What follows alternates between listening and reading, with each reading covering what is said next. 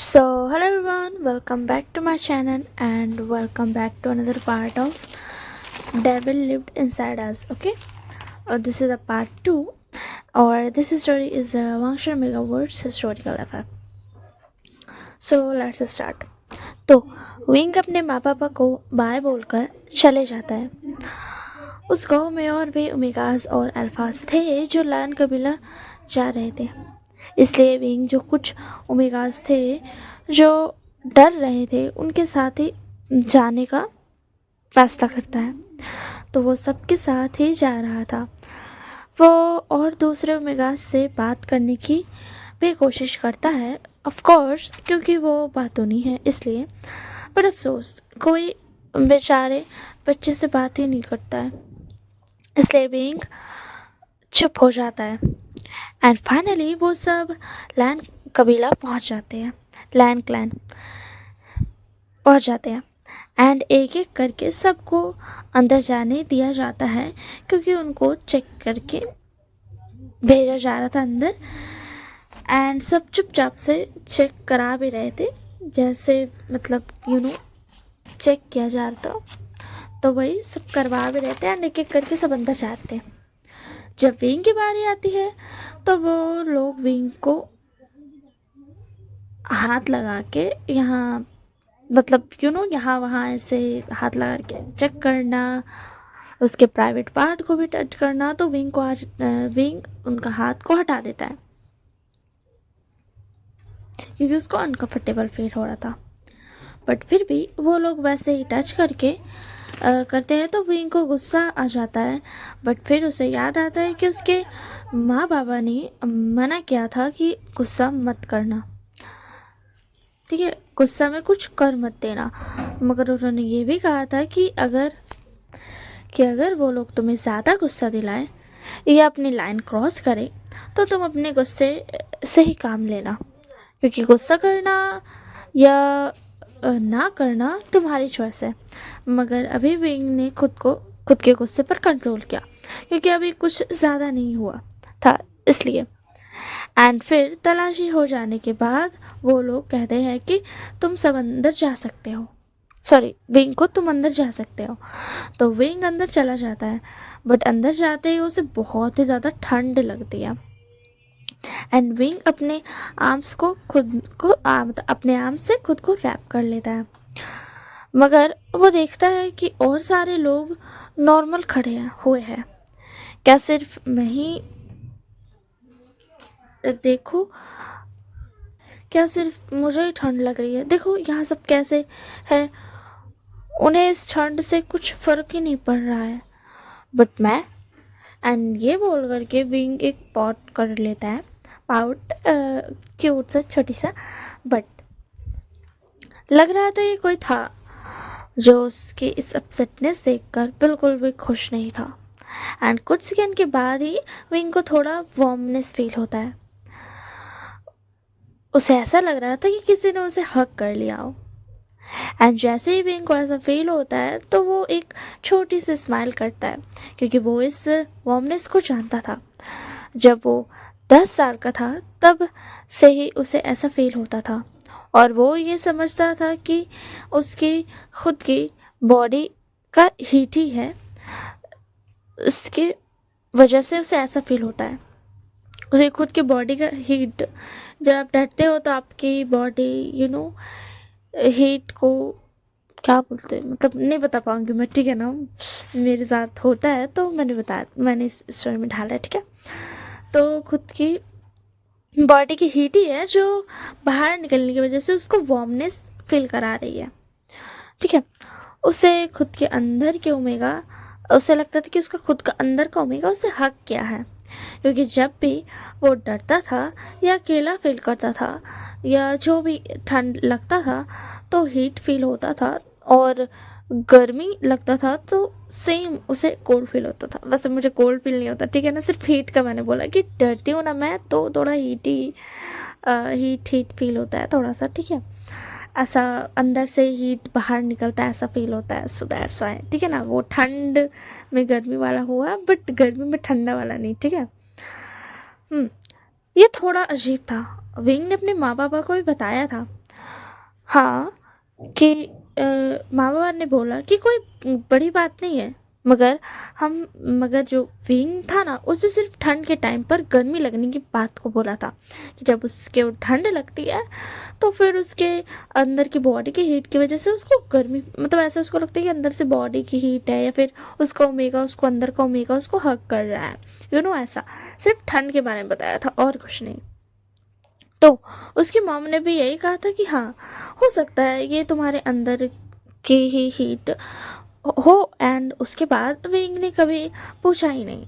मगर आज एक और बात हुई थी। अजीब, अजीब तो था, थोड़ा से ज़्यादा था, मतलब थोड़ा सा तो था बट उससे थोड़ा ज़्यादा था। जब विंग अपने फेस को ऊपर करता है तो देखता है कि वहाँ जितने भी लोग थे उन सभी ने अपनी आर्म्स को रैप कर लिया है, खुद को अपने आर्म से रैप कर लिया है, क्योंकि उन्हें ठंड लग रही थी। बट फिर विंग इस बात को नज़रअंदाज कर देता है और उसी में वहाँ पर लैन कुरैन आ जाता है। तो सब सीधे खड़े हो जाते हैं एंड वो करते हैं, मगर विंग नहीं करता। एंड विंग इतनी पीछे खड़ा था कि उससे पता ही, मतलब जिसकी वजह से लैन कुरैन को दिखाई ही नहीं दिया, ध्यान ही नहीं किया। एंड फिर उसके बाद लैन कुरैन एक बड़ा सा लेटर लेते हैं एंड उसमें से नाम बोलने लगते हैं, जिसका मतलब था उन सबको जो लैन कुरैन के पीछे थोड़ा सा साइड में क्रिस्टल बॉल है उसके आगे लाइन बनाकर खड़े होना है। लैन कुरैन नाम लेना शुरू करते हैं। सो मैं लाइन से नाम बता देती हूँ, ठीक है। Number 1 Wen Chao, number 2 sorry Wen Chao, alpha Wen Chao, ठीक है ना, पूरा alpha Wen Chao. Number 2 alpha Wen Shu, number 3 omega Wen Ching, number 4 alpha Wen Ni, number 5 alpha Jinjuan, number 6 omega म्याम म्या। मुझे उसका रियल नाम नहीं पता, मुझे म्याम म्या याद है इसलिए मैंने म्याम म्या ही बोल दिया, ठीक है। एंड 7 अल्फा जैंग जैंग, 8 ओमेगा राजकुमारी यान ली, एंड 9 अल्फा नी मुंजे और 10 ओमेगा नी हुसैन।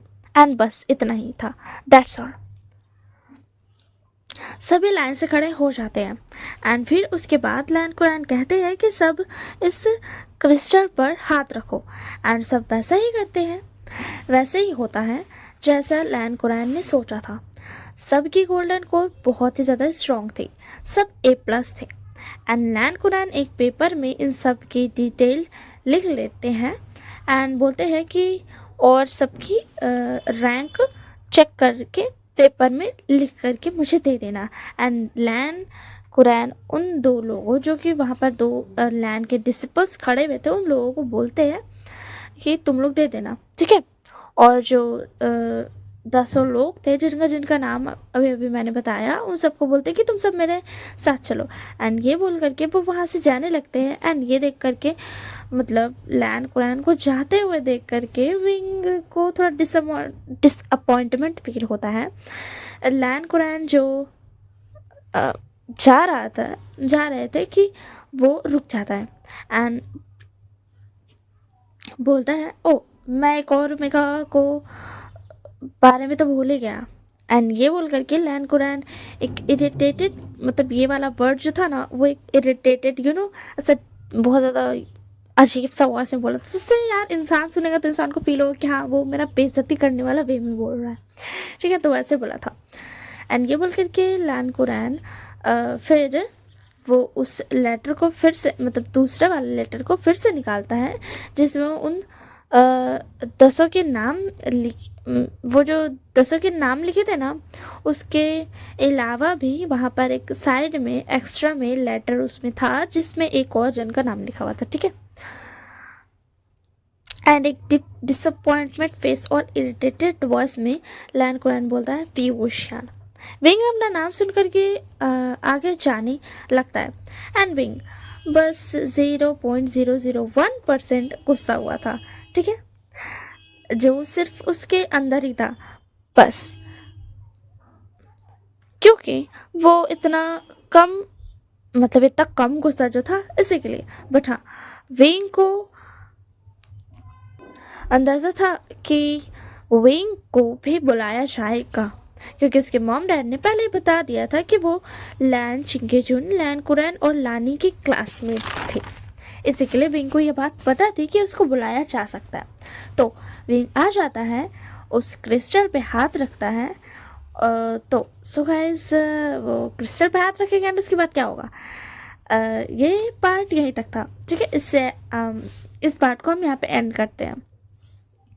इससे ज़्यादा ट्विस्टेबल मोमेंट क्या ही हो सकता है, मतलब आएगा, बट इस पार्ट के ख़त्म करने के लिए तो ये वाला वक्त मोमेंट ट्विस्टेबल सही है। ठीक है, मतलब वक्त मोमेंट और ट्विस्ट सही है कि आगे क्या होगा, क्योंकि विंग तो नॉर्मल एक गांव से आया है, तो उसकी गोल्डन कोर कितनी ही ज़्यादा स्ट्रांग होगी। हाँ, मगर हमारे स्टोरी का हीरो, मतलब ओमेगा हीरो तो विंग ही है ना, तो विंग को तो स्ट्रांग पावरफुल होना ही चाहिए। तो हमें नेक्स्ट पार्ट में चलेगा कि क्या होता है और क्या नहीं। तो हम और सारी चीज़ें नेक्स्ट पार्ट में देखेंगे। That's all for this part and अब हम मिलेंगे नेक्स्ट पार्ट में। एंड या मैं ये वाले पार्ट में आप लोगों को बता दे रही हूँ कि ये जो स्टोरी है वो पर डे पर 3 एपिसोड अपलोड होगा। ठीक है ना, मतलब एक दिन में 3 एपिसोड में अपलोड करूँगी, लगभग से आधा घंटा 1 घंटा का दूरी करके, जितना भी दूरी करके मैं करूँगी, बट एक दिन में। ठीक है, एंड उसके बाद मैं कुछ सेवरल डेज का गैप करूँगी। ठीक है ना, कुछ दिन का, 2 दिन से ज़्यादा और 1 हफ्ते से कम का गैप करूँगी एंड फिर उसके बाद मैं ढालूँगी। ठीक है ना, बट पर डे पर 3 एपिसोड अपलोड होगा और मुझे नहीं पता कितना एपिसोड होने वाला है इसका। ठीक है, और रही बात वन शॉट की, तो वन शॉट के लिए भी मैं कर रही हूँ, मतलब मैं सोच रही हूँ, बट वन शॉट के लिए भी मुझे कुछ उतना, मतलब वैसा बन नहीं रहा था, क्योंकि आप लोगों ने देखा होगा मैंने रिलेशनशिप का पार्ट डाला था एंड उसके बाद उसको भी कंप्लीट नहीं किया, एंड जो था आई फैंटेसाइज माई ट्रूथ, उसको भी मैंने आधा रिकॉर्ड किया है, बट उससे आगे करने का मन नहीं कर रहा। तो वन शॉट के लिए मैं दूसरे चीज़ पर काम कर रही हूँ, उसको मैं वन शॉट में ही अपलोड करूँगी। ठीक है ना, बट तब तक के लिए होप सो आप सब ये स्टोरी एंजॉय करोगे। ठीक है, सो वैसे क्या, वन शॉट जो भी आएगा बहुत ज़्यादा मज़ेदार होने वाला है, अगर जैसे कि मुझे लगता है। ठीक है ना, और मुझे एक न्यू आइडिया मिला है, तो मैं उस पर भी काम करने का सोच रही हूँ, मतलब काम करूँगी। ठीक है ना, सो तब तक के लिए that's all and bye bye and take care.